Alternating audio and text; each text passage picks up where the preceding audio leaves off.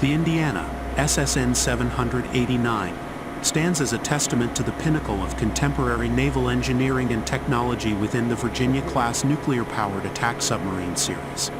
Engineered with an array of advanced features, including stealth capabilities, enhanced firepower, and extended operational endurance, the Indiana is engineered to fulfill a diverse spectrum of missions spanning anti-submarine warfare, intelligence gathering, and precision strike operations.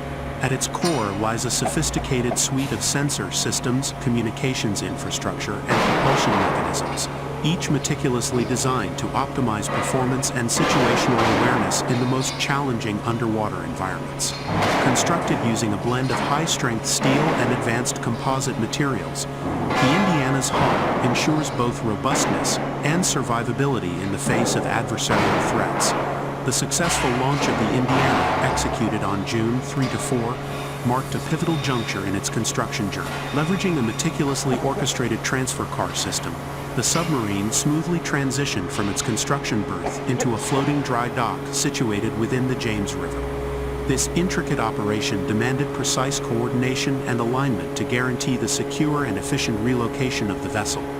Newport News Shipbuilding's adept execution of this endeavor underscores its prowess in managing intricate maritime projects with precision and safety at the forefront.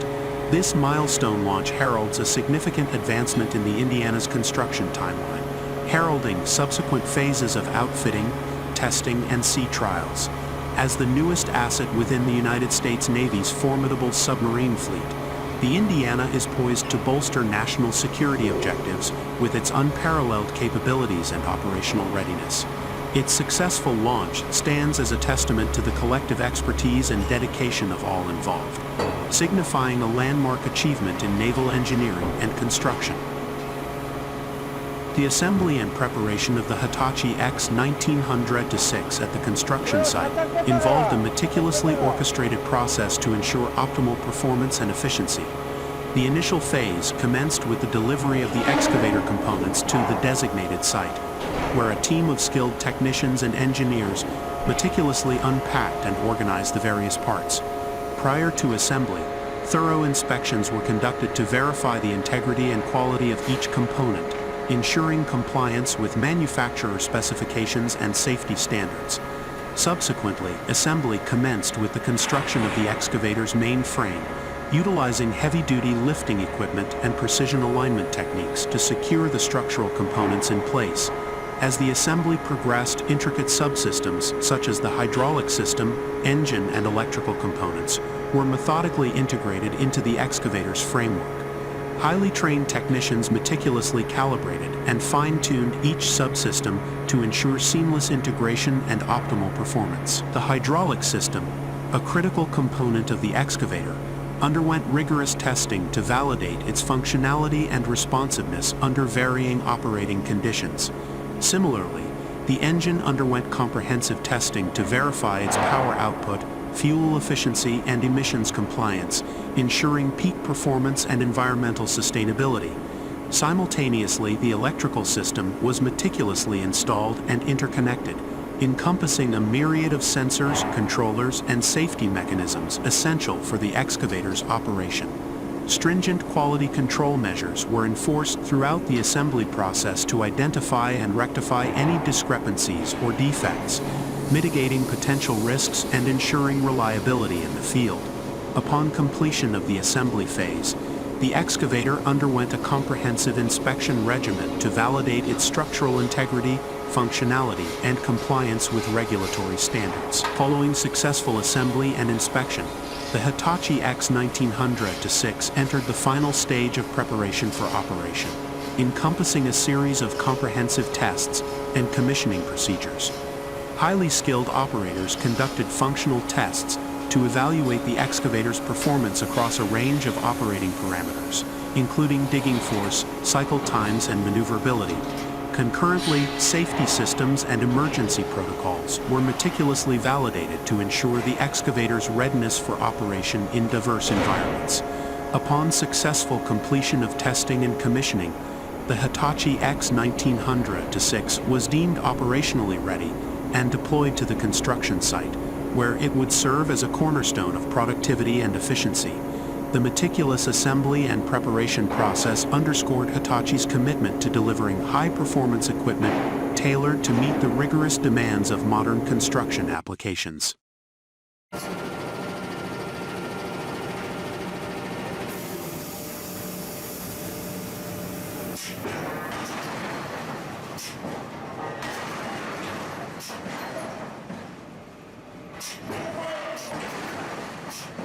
Forging processes for creating flanges and washers from carbon steel, stainless steel, and alloy steel at a forging company in China are characterized by a series of intricate steps aimed at achieving precise geometries, mechanical properties, and surface finishes. The process begins with the selection of raw materials, typically ingots or billets of the desired steel alloy, which are carefully inspected for quality and composition. These raw materials are then heated to elevated temperatures in large-scale furnaces, reaching temperatures ranging from 1000 to 1250 degrees Celsius, depending on the specific steel alloy being processed. Heating is essential to soften the steel, making it more malleable and facilitating the subsequent deformation processes. Once heated to the appropriate temperature, the softened steel billets are transferred to the forging area, where they undergo shaping operations using hydraulic presses or forging hammers. The choice of equipment depends on factors such as the size and complexity of the components being forged, as well as the desired production rate. Hydraulic presses exert controlled force over large surface areas, making them suitable for forging operations requiring high precision and uniform deformation.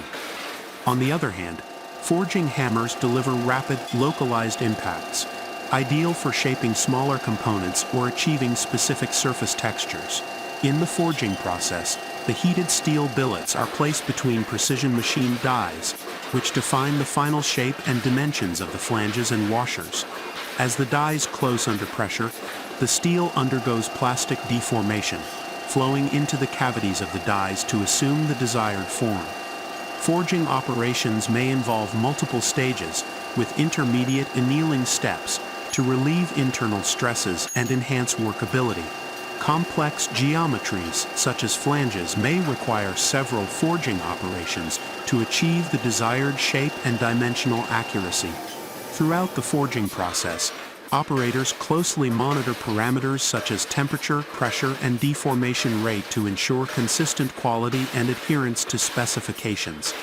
Automated systems may also be employed to control process variables and optimize production efficiency. For critical components, in-process inspections are conducted to detect defects or deviations from specifications, allowing for timely adjustments and corrective actions.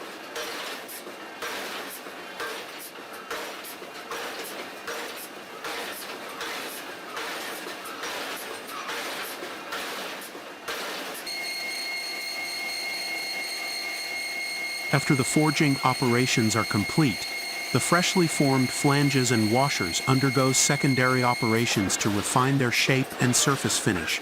These secondary operations may include trimming, piercing, machining, or coining processes, depending on the specific requirements of the components. Trimming removes excess material from the forged parts, while piercing creates holes or features necessary for assembly or functionality. Machining operations, such as turning, milling, or drilling, may be employed to achieve tight tolerances and precise surface finishes. Coining processes involve the use of specialized dies to imprint logos, part numbers, or other markings onto the surface of the forged components. Quality control is a critical aspect of the forging process, with stringent measures implemented to ensure the integrity and performance of the finished products. Non-destructive testing techniques, including ultrasonic testing, magnetic particle inspection, and dye-penetrant testing, may be employed to detect surface and subsurface defects. Dimensional inspections verify the accuracy of critical dimensions, while mechanical testing assesses the mechanical properties of the forged components, such as tensile strength, yield strength, and hardness. Upon completion of secondary operations and quality assurance measures, the forged flanges and washers undergo finishing processes to enhance their surface quality and corrosion resistance. These processes may include shot blasting, pickling, passivation, or electroplating, depending on the material and application requirements. Shot blasting removes surface contaminants and impurities, creating a clean, uniform surface finish. Pickling removes oxide scales and surface discoloration, while passivation forms a protective oxide layer to enhance corrosion resistance.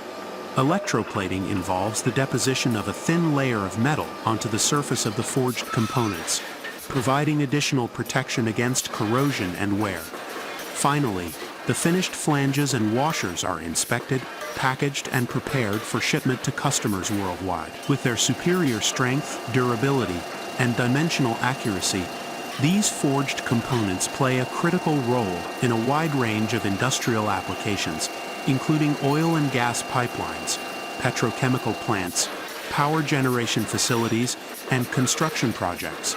The forging process at the company in China exemplifies the marriage of traditional craftsmanship with modern technology, resulting in high-quality, precision-engineered components that meet the stringent demands of today's global marketplace.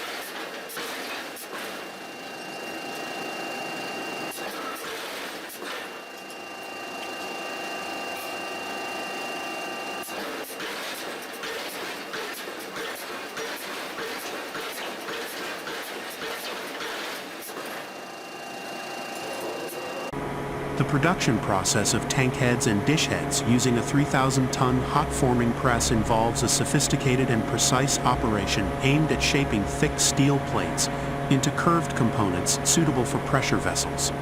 The process begins with the selection of high-quality steel plates, typically carbon steel, stainless steel, or alloy steel, which are cut into circular blanks of the required diameter using advanced cutting machinery such as plasma or laser cutting systems.